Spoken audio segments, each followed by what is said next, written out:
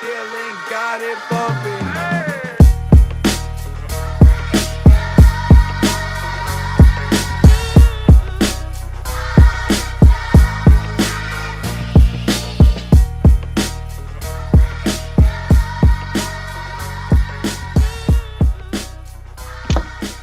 What's up? Michael, what's going on?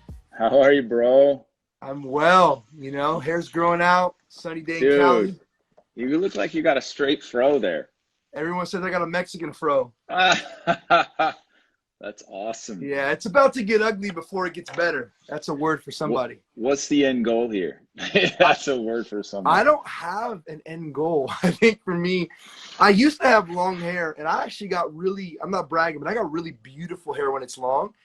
And so when I got married, my wife's like, cut that. I was on a Nazarite vow. But so we got married, and Oh, she's like, you got to cut the hair, you got to clean up a little bit. So I did that. And then this last quarantine, I shaved it, and I just didn't want to cut it. And she's like, hey, I kind of like your hair. It's attracting again. I'm like, well, maybe I'll keep growing it out. So I think the end goal is what every husband's end goal is, just that your wife's attracted to you and she wants you. So I think that's my end goal.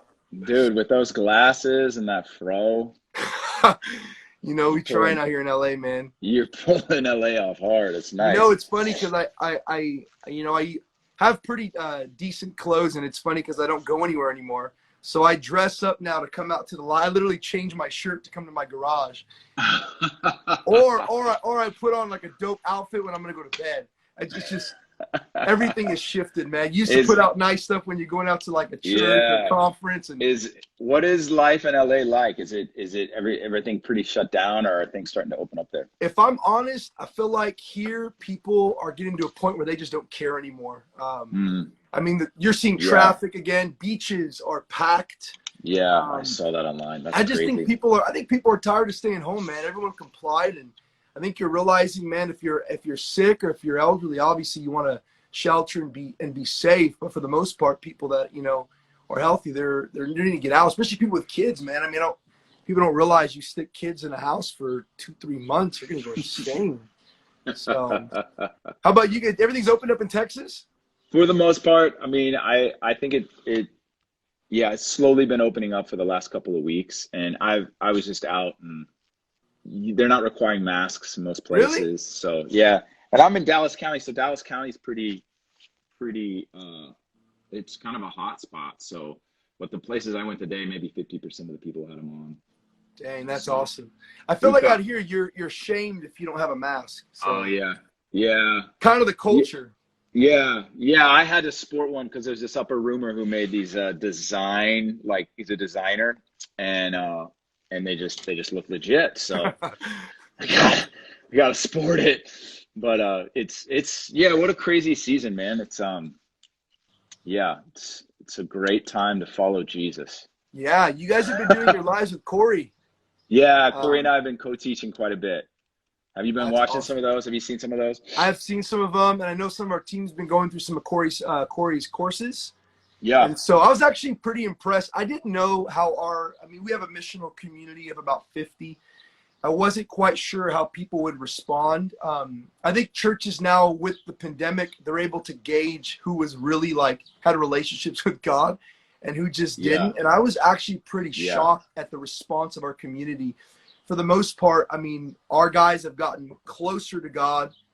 They've gotten out of debt. I mean, there's just been things that milestones that they've hit in their lives that you're just like, it took a pandemic to do this. But they've been getting yeah. wrecked by some of your guys' teachings that they've been going through. So it's been really awesome that you guys have been able to keep producing content.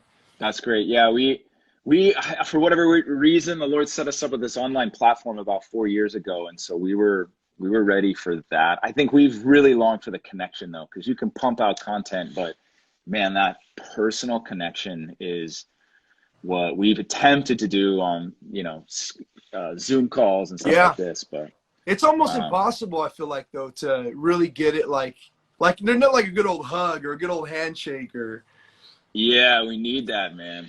We need that.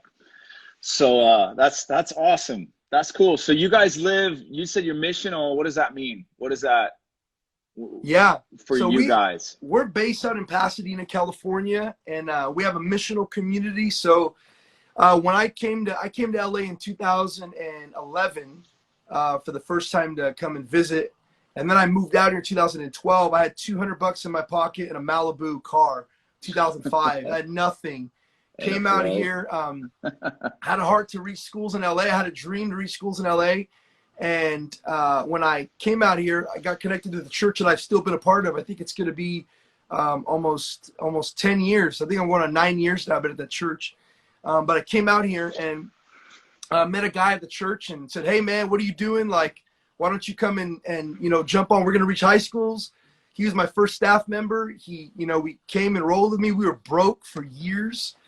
We used to eat food bank food and had nothing, but we started seeing God move in LA and our community began to grow. Eventually we came to Pasadena, just planted there. So we have families, young kids now. A lot of our crews got married. So it's been definitely a different time, man. That's awesome. Yeah, we just had a boy almost a month ago. So. Oh, congrats. What's his name? Jedediah Jeremiah. That's awesome. My JJ. wife picks all the names. Yeah, she picks all the names. That's awesome, man. That's awesome. Well, I know we connected beginning of the year. It was really great to hear your story and to meet your wife and at that round table, just such a kindness of heart, and love your journey and your book, Jesus Club. Yeah, it's been crazy. And I know when I was able to chat with you, you really helped me so much. And my wife's actually, she was so excited we're able to do a live. And typically she prepares like questions for me. But for this one, I was like, man, I want to prepare my own set of questions. I just felt like that even what you shared with me, man, about what God was showing you, how Jesus was revealing himself in a different form, in a different way, shared that with our team, really helped us navigate kind of what it's been like in this season. And for you, Upper Rooms, when did you guys see like the explosion of Upper Room? Because I know it wasn't overnight. I know it wasn't like you just started doing ministry yesterday. Even hearing your story, you've had quite a journey. So how did Upper Room kind of just begin and start? What's kind of the shorter version of the story? Yeah, the short. I had an invitation from a business owner in downtown Dallas, kind of uptowny, artsy, homosexual district of Dallas. Wow. He had a back portion of his business, which he was a vet, but he had a number of veterinarian clinics in the region. Now they're in multiple cities, but he had opened up the back portion just for prayer and worship.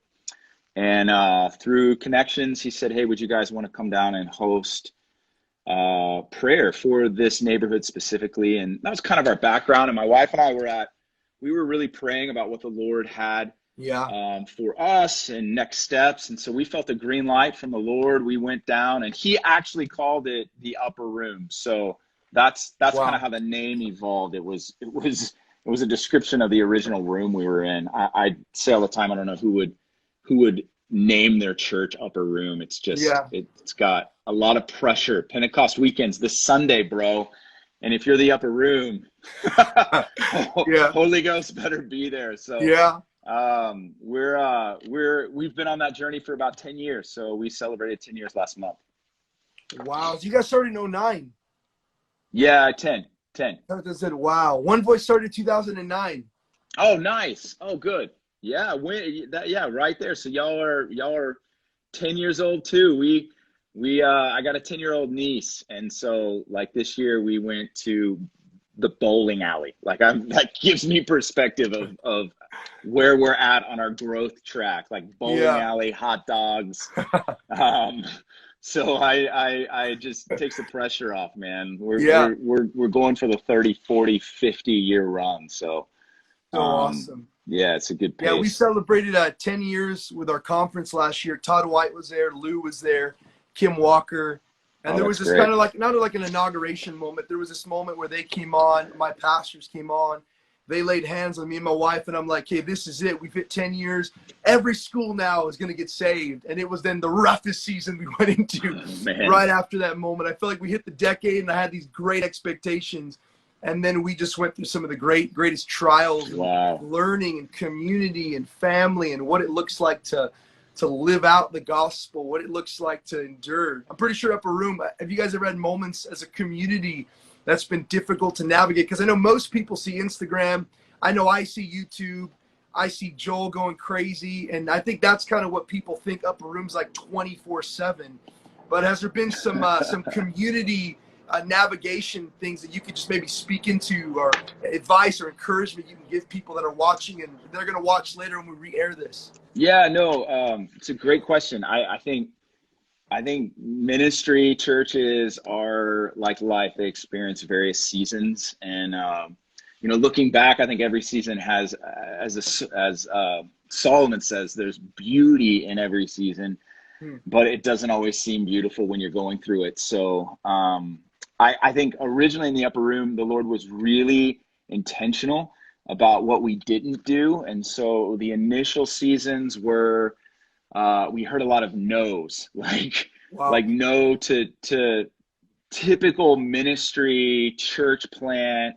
When we realized we were a church and God was doing something, you want to have small group, community, a website would be an example. And we for like 3-4 years really felt a conviction from the Lord that he was saying no to those things, that he really wanted our hearts to be centered on this one ministry, and it was ministering to the Lord. It was setting a table for him. And so it was frustrating. It really stripped me of a lot of my expectations and probably my strengths and what I would have leaned upon. But he like, what's wrong with a website?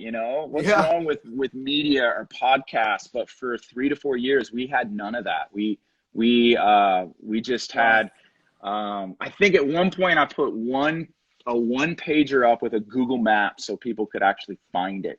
Yeah. But I realize now, looking back, that he was really solidifying in our core team and in our culture our primary ministry and our primary expression. And so, before the YouTube, before a lot of now maybe what we're known for, people that are aware of who we are, we were really cultivating that in an obscure, unknown, room in the homosexual district of downtown Dallas, where there wasn't a ton of fruit externally. At least it didn't look like it. Wow. And then about 5 years in, I would say the Lord gave us a green light. And there's a little prophetic swirl we were in about putting moments of our culture online. And I think moment 2 or 3 went viral.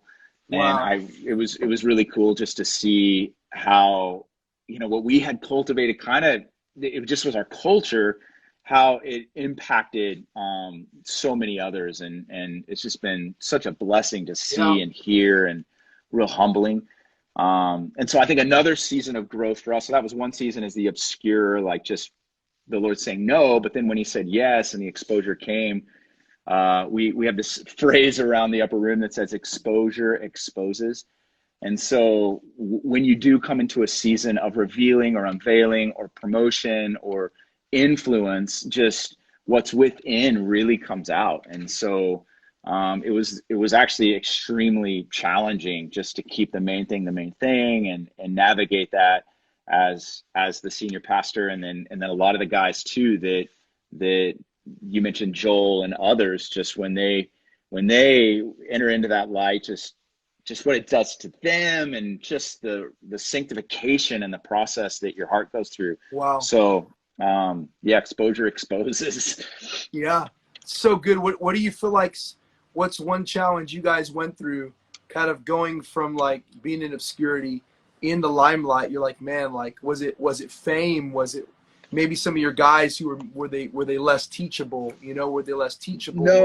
No, I think the guys that we've been running with they're I think for me it was just confirming of who they are and what they carry. That's such a good question. I think one of the lessons is that the Lord spoke to me early about influence, and I just realized how influence it's not a good measurement. I really feel like you can be influential for Jesus but not intimate with him. Dang. And so influence needs to be the fruit. It doesn't need to be a goal. And I just think it's real easy to exchange that, to think, well, I'm influential for him, so that must mean I'm intimate with him, or that must mean I'm bearing fruit. And I don't necessarily know that's true. And we're on Instagram Live. There's however many people will view this. So does that mean that we're intimate with him? Or are we just spokesmen for him? And I don't want to just be a spokesman for him. I think there's a lot of noise and a lot of, again, I think influence for Jesus, but not intimate with him. So for us, cultivating a heart that's connected to him, I think, man, that is just so vital. And we cannot measure fruitfulness in regards to influence. And I think if you're called to be influential, allow the Lord to do that. I was reading, actually my daily reading was David. He's the cheese boy on the battlefield, sent by Jesse with bread and cheese to bless the soldiers. And in that moment, he hears a voice, taunting the armies of Israel, the God of Israel, and it provokes something in him, and that's his day of promotion. And so I just think there's moments where what you cultivate in the obscure sheep field back 40, it's revealed, and the Lord will promote us in time. And so I just think the goal isn't to be influential. If I could tell anyone that's young, that has a calling on their life, like, man, allow the Lord to put his favor and grace upon you in the right season. Because if it's not the right season and you somehow manufacture that, what gets you to that place sustains you. And man, you want to know in your inner world that the Lord did this. So good. I wanted to ask you, you said a lot of things on that phone call I had with you that was so profound. That was such a good call, man. That was, yeah. I really loved getting an insight to your heart as a leader and just the season that you've been in. So yeah, no, you helped me so much. I was telling my wife, I feel like, I know I haven't known you long, but I feel like connected with you. And I wanted to ask you, because you brought this up, I think it was you that talked about there's certain aspects of leadership that aren't sexy. There's certain aspects of, maybe you didn't say that word, I'm mad at that word, but there's certain aspects of leadership that they're not appealing. You even told me, you said, hey, you will be betrayed. There will be moments you're let down. There will be moments. Like, what insight could you give people on things that maybe leaders would go through? Because I feel like everyone always, like, they see the platforms, which I've had the privilege to be a part of a lot of stadium events. Lou Engle's been a spiritual father of mine for years, but I've also seen the back end of those events. I've seen the hurt and the pain. I've seen my wife led the call for Lou in 2012. I went with her to churches where we would get there and they would say, oh, we didn't know you're a woman. Sorry, you can't preach here. I mean, I remember that was in 2012. I remember being in moments of seeing that. What would you say? Like, what negative parts of leadership do you feel like that we have to learn to embrace, or we won't make it long term?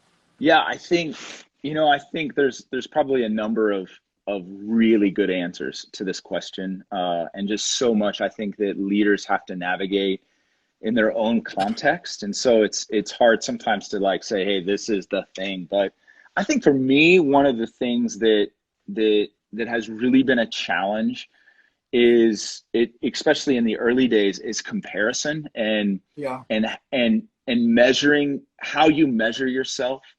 And a lot of times we can measure ourselves based on our peers, based on those we see that are in a similar flow or carry a similar anointing. And I just think, like, really being true to who God designed you to be as a leader. Yeah. I think that's one. And then I also think I could go on this, but I feel my heart's leading me to another answer. Here's what I think: leadership in the kingdom is way different than leadership in the world. And I think there are some principles that work in both realms. But at the core, if you're leading in the kingdom, and specifically if you're a pastor or leading his people, you are called to be the first follower. So your leadership should be the fruit of you following Jesus. Good. And I just see a lot of, like, leadership in the kingdom. We blanket these principles where you've got a lot of guys like me that are carrying revelation on the leadership the leadership, like leadership gifts or leadership and influencing people, but it doesn't necessarily have to do with following Jesus. Like it's not about like hearing him. So I would say, like, I call it presence based leadership, where we're following him in our context. Because I can adapt a lot of principles and it's, again, start influencing people, but I just think it can't be the right measuring stick. I think faithfulness has to be the measuring stick for us as his leaders, that we're first following him. I think it marked David's life. So I could go off on both of those, comparison and following Jesus as a leader, but I think those are two really unique ones to me. How deadly is it to compare yourself in what you do? Because I know I love that round table we had, because I know there was a lot of incredible leaders. And oh yeah, that was awesome. Yeah, it was awesome. But what I got to see was there was very different expressions of prayer. And I loved, honestly, the expression. I told my wife, if there was any sort of prayer room that we would ever adopt in our missional community, I would want it to have an expression like Upperroom, where there's just this joyful, because again, I've been around the intercession, I've been around prayer movements, I've been around really happy intercessors, I've been around really grumpy intercessors. And so, so I mean, how dangerous is it when you get in that realm of comparing, like, this is what God's doing with me, but you're looking at Instagram, you're looking at other people? Because I know I fell prey to that in moments of my life, running with such legends. There's always been this pressure that I have to keep performing. We have a club of 400 one year. Well, I got to have a club of 500 next year. It's almost like this pressure. And there's been moments I'd walk out of a club meeting from a high school of 300 kids, and I was depressed because we didn't have 400, which is, it's ridiculous. It's insanity. Right. But how dangerous is it to fall into that kind of that arena of comparing? Yeah. I think it's extremely toxic. I think it will hinder you from being faithful to who God designed you to be. And when you stand before him in that day, you're going to give an account for how you stewarded the gifts and opportunities that he gave to you. He's not, when you stand before the Lord, he's not going to think of Michael Miller. He's not going to think of fill in the blank. He's going to know who he designed you to be. And so comparison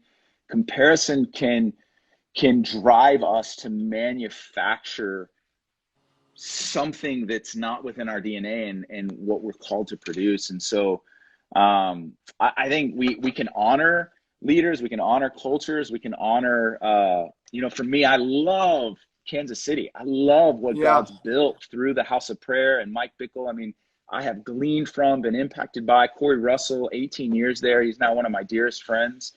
But in the early days, it was really apparent to me that we're a church. Like, we are a local church, and 24/7 prayer was not the goal. We wanted to center around prayer, but I just looked at that and I was like, that's impossible. And so we got in this flow of morning, noon, and night. And I can't even tell you how many hours a week we pray, because quantity is not the goal. It really is quality, and like there's a rhythm that we have and a flow that we have that I think is really unique to our family. Wow. But I think if we just adopted, what Kansas City was doing, or an effective prayer ministry, we would have missed who the Lord designed us to be. So we've gleaned like a lot. We've received a lot, but we've allowed that to form and shape who we are. And I just think that in this hour, the Lord's raising up new leaders, that there's fresh expressions. I love what's happening in worship right now. There's so many communities that the Lord is like, there's these magnifying glasses that he's putting on that's like, look at this culture and look at this culture and look at this culture. And I really think it's cultures, communities, it's houses that the Lord's highlighting. And so those have to be unique to the leaders and their fingerprints and how God designed them. And so, we want to be voices, not echoes. And I think comparison steals that from us. Wow. And so if I'm young and I'm listening to this, I would find fathers. I think comparison comes when we look at each other. I love brothers and what's up, bro? And the brotherly thing, though, in the Bible produces rivalry and competition. It just didn't work when you look at Joseph and his brothers, Cain and Abel, Isaac and Ishmael. We can go down the list of all these brothers that ended up just fighting. And I think in the church, sometimes we create that culture, this brotherly culture that's centered around the one guy and his personality. And I feel like God's raising up fathers that will raise up sons, and Okay. houses will be known by cultures that are marked by the father's voice. And in that context, man, fathers are given keys to unlock the potential of sons and Wow. daughters. And when they come and arise, then fathers aren't known for their gifts. They're known for their children. They're known for those that have been raised up in their culture. And I think that's what God's doing right now. I think he's raising up new fathers and cultures where fathers have really poured into sons and daughters and unlocked their potential. So few So people good. know Michael Miller. I love that the people that I'm leading actually may have more influence than me and my wife and our core team. And we're way okay with that, because I feel like it's just a fruit of our culture and what God's designed in our midst. So good. You know, when you're talking, I was thinking, have there ever been a moment where you became nervous of your reputation outgrowing your ability to continue those first love things? I mean, maybe it's Yeah. never happened, but like, we're like, man, like, Yeah. you know, when I think of One Voice, you go on Instagram and you can see the gymnasiums and all these cool stuff that's happened. But again, those aren't 24/7 things. And so, like, gymnasiums and schools, especially now, every school shut down in America. My ministry has been Yeah. drastically impacted. And I'm Change. already preparing to not ever, what does it look like if we never allowed in schools in states like California and so on and so forth. Wow. But has there ever been a moment where there's been like a little bit of fear of like, man, what if this thing just grows so massive and these first love things, what if those get lost? Yeah. I think that's a great question, man. You know, I love movements that are emerging on the earth. And I really think that it's hard for a church to be a movement. So I've really delineated in our world, like, okay, there's a movement component, but we realize, like, at our core, we're a family and we're a church. We're a church home. And so for us, distinguishing between the two, because Tom Lane wrote a book on church government. He's a guy, Gateway Church here in Dallas. Awesome resource. I forgot the name of his book, or I plug it, but Tom Lane has a book. I think it's called Church Government. But he talks about the difference between movements and churches. And he says movements oftentimes highlight a needed revelation that the church needs. And so, you know, you have movements like, I look at Bethel and what's taking place there and just the kingdom coming to earth, and Bill's book, Heaven Invading Earth. Man, I know my generation, a lot of leaders were marked by that. And it was this revelation that the kingdom's today, and that miracles can take place today. And it was needed in the body to think about the revelation of how that's impacted the bride. But I think Bethel would probably say it's been really hard to house that as a local family. And so I feel like God has really used Upperroom to bring back this ministry to the Lord component, and that our first priority is loving God. And this is what a culture could look like that does that. Yeah. And so for us to understand that there's that component to who we are, but man, that can't sustain us. We need to do life well. We need to do family well. And so taking the movement piece out of the church piece, I think, has been the biggest aha for us to protect our culture and to protect our church, to protect our family, to protect those relationships, and just to pull it out.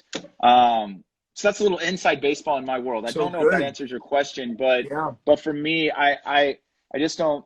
We realized, like, I know what your question was. Your question was, with the influence, am I worried that things are going to change? And I think we've really attempted to protect our church culture from the movement piece. And I think it's something we're constantly juggling. But we just realized that we're not the movement. We really are a church family. We do life well. We do the local expression, like, really, really good. We're all grounded and rooted in that place. All of our musicians, singers, they're all leading a prayer set, at least one, if not multiple, where there's empty rooms. No one's in there. But it just solidifies in our heart, like, woo, this is what we're about. It's this thing. And so that keeps, I think, the main thing, culture, community, protected from the limelight and the swirl of YouTube and events and Comp City. It's just, it's not that alluring, I don't think, to us. And not that it is to others, but I just feel like we've really protected ourselves from that. So good. I got two more questions, and then I'll let you go. I got a slam day. Um, my first one would be, how have you navigated other leaders that are rising up that are super influential? Like you said, man, it brings us joy. Man, I'm a very much, I believe, maybe talk to our team, they'd probably be more insightful this. I believe I'm more of an empowering type person. Yeah. Some people get frustrated with me because I don't micromanage. I'll say, you want to do that? Dope, go do it. And then they're like frustrated because they can't do it. I'm like, well, it's your idea, like go for it. Like, what would you encourage leaders that battle insecurity of people getting more famous than them, more influential than them, or their stature growing? How does a leader like navigate that in their heart to know, man, this is the heart of Jesus, that greater things you're going to do? Yeah, I think it's sanctification. I think that we have to be honest with ourselves when we have those thoughts. I think they're revealing. Sometimes God will pour favor on a friend or on someone we're running with, and I think we should be able to champion that, celebrate it. And I've been able to, I think, if that's happening in my heart, if they're close enough to me, I'll go to them. I'll talk to them about it. I really want to keep an open heart to my leaders and community. But, for me, I feel like it comes back to that father heart thing that, Wow. that we need to be okay with that. We need to be known for the people, if we're fathers, the people that we raise up. So, I don't, it's a good question, especially for young people, because that comparison thing is so crucial. A story that hit my heart is John 21. It's Jesus' last conversation with Peter. And he tells Peter, he goes, Peter, when you're older, I'm going to take you where you don't want to go. When you're younger, you can do whatever you want. But when you get older, you're going to go where you don't wish that you would go. And he was speaking of his death and how he would die. And it says Peter looking to John. So John was following him too. He said, Lord, is this going to happen to him? And Peter, Jesus answers Peter, and he goes, Peter, if I want him to remain until I come back, what's that to you?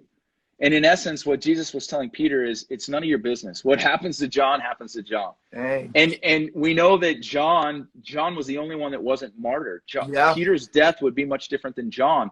And so here they both were, if you read the context, they're both following Jesus, but they have different destinies. And so one's destiny and fruitfulness, faithfulness to the Lord was to die being hung upside down, and the other was to die an old man, right in the book of Revelation. And so I think we just have to be aware of who we're following and why we're following him. Dang. So good. Dang, bro. So good. Come on. I don't know. You're young. How do you combat it? Specifically comparison. I think for me, I've had a very small niche, and so there's not been too many people in my lane of high schools. Right. But I definitely have battled insecurity when I get around stadium events. So I feel like an odd guy because I feel like I'm not this father in the faith that's Lou Engle and Mike Bickle. I'm not the Todd White kind of generation. I'm kind of this awkward. I'm 29 years old. People like me, I'm not like they don't not like me. They're like, hey, welcome. They'll welcome me in. I'll hang out. But I always felt like I never had a place. I remember when I went to the Sen Brazil, I was so humbled because it was probably, I'm used to going to stadium events where I'm given a backstage pass, a green room access. I go to Brazil. I don't know anybody.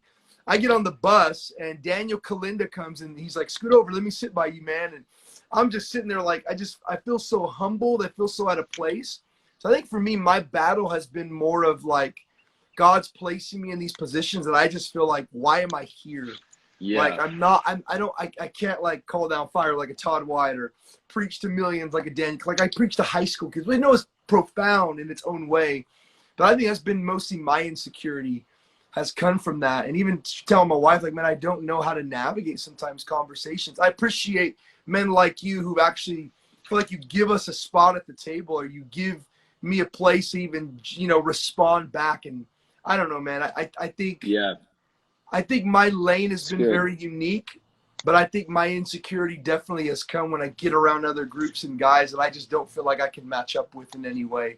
Yeah, man. So Well, I want to encourage you. It is it is a beautiful thing to hear your heart. I think you lead from your heart, and I love that. I love the passion that you carry and the zeal specifically for teens. Um, yeah, it's really unique. So be encouraged, man. Be encouraged that thank you. uh, you know, I want to live for 70, bro. Let's live for 70.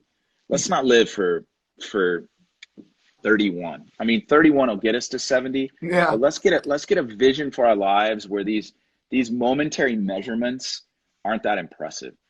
Like, I mean, okay, awesome. You did a 100,000 stadium crusade last year, but where are you in 10 years, and where are you in 30 years, and who are you raising up, and who are you pouring your life into? And I know those 100,000 crusades are so crucial, man. They're so like vital, but it's under the 70, it's under the 80. Like I look at guys like Lauren Cunningham. Yeah. I've gotten insight to Mike Bickle and just how focused he's lived.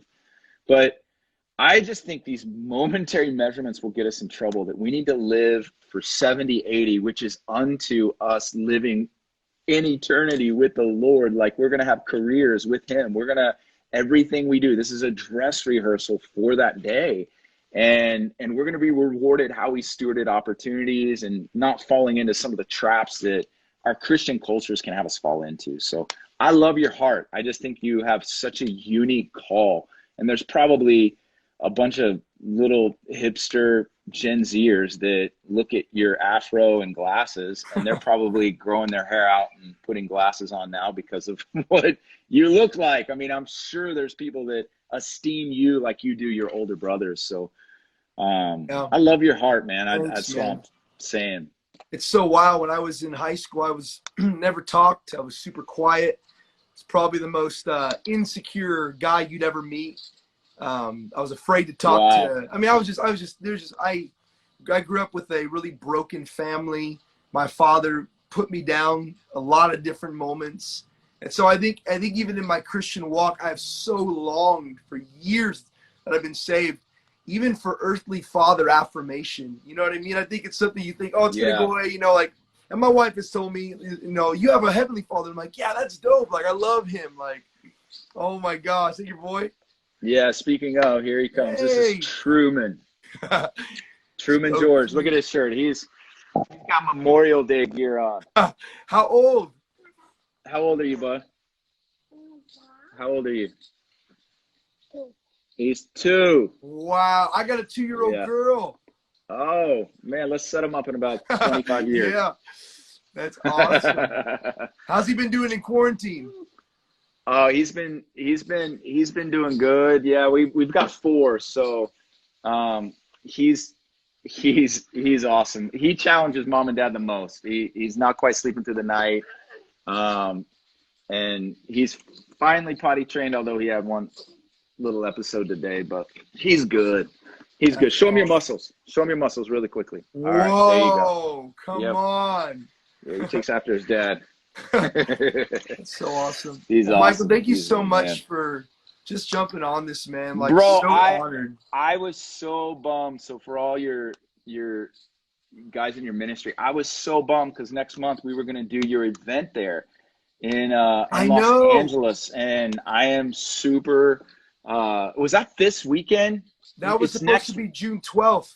June 12th. Okay. Well, I'm bummed. So I am expecting a rain check. Yes, next You year. guys, Yes. yes. Okay. I really want to connect with y'all. I love ministries that are touching teens and influencing the next generation. We've got to see this generation captivated with Jesus, bro. The statistics are terrible when it comes to Gen Zers, just the trajectory of it all. But I think the greatest harvest is in this demographic. Agreed. And so I think ministries like One Voice and what you're heralding are the tip of the spear when it comes to evangelism. And so I was so excited to come and just see it and experience it and learn from you guys, because I tell my guys at Upperroom, like, they know this. We're trying to figure out how can we reach Gen Z. So let's go after it together. So good. We're doing a small online event on June 17th for Gen Z. It's going to be a prayer event. That was the day they took God out of schools in America. Oh, wow. And so we're just really want to empower Gen Z. What we've been sensing more is, instead of just using them as a poster child, actually empowering their voice. And you see in the secular world, they're doing that with the gun control and climate. They're like empowering with conventions and stuff. They're empowering these young. They're giving microphones to these young ones, and I feel like the church has to do the same. We gotta say, man, you take the mic and you preach to your generation. Bro, I've got one right here. He's trying to do it. He wants in on it. Say fire. Yeah. Say fire. I don't even know what this guy is. I don't think he's Gen Zer, but as you're saying this, he's climbing all over me, which means it's true. They're gonna climb all over the Jesus inside of us, and let's give them lots of Jesus, man. Yeah. It really is. When he's presented, and just the deconstruction movement and all that's happening around, whatever. We've got to present the person of Christ. They are hungry for an encounter with Jesus, man. And so let's frame his face, like, for a generation to see him as he is. Because when they get in an environment, and then the presence of God is the priority and Jesus is manifesting, he's irresistible. So good. Well, Michael, man, we love you guys tons. And whenever you're back in LA, you got a meal at my house waiting for you, man. Dude, let's do it. All right. Well, soon and very soon. I love you, man. Thank I love you too, man. Honor to spend time with you. Yeah, thank you, man. We'll see you guys. Bye, buddy. We'll see you. Say bye-bye. Bye-bye. Bye. We'll see you guys. Man.